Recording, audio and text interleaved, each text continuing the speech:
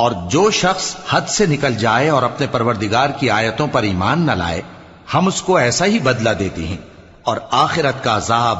بہت سخت اور ہمیشہ باقی رہنے والا ہے۔ تو کیا یہ بات ان لوگوں کے لیے موجب ہدایت نہ ہوئی کہ ہم ان سے پہلے بہت سے فرقوں کو ہلاک کر چکے ہیں جن کے رہنے کے مقامات میں یہ چلتے پھرتے ہیں؟ عقل والوں کے لیے اس میں بہت سی نشانیاں ہیں۔ اور اگر ایک بات تمہارے پروردگار کی طرف سے پہلے صادر اور جزائے اعمال کے لیے ایک میعاد مقرر نہ ہو چکی ہوتی تو نزول عذاب لازم ہو جاتا۔ پس جو کچھ یہ بکواس کرتے ہیں اس پر صبر کرو، اور سورج کے نکلنے سے پہلے اور اس کے غروب ہونے سے پہلے اپنے پروردگار کی تسبیح و تحمید کیا کرو، اور رات کی کچھ گھڑیوں میں بھی اس کی تسبیح کیا کرو، اور دن کے مختلف اوقات یعنی دوپہر کے وقت بھی، تاکہ تم خوش ہو جاؤ۔ اور کئی طرح کے لوگوں کو جو ہم نے دنیا کی زندگی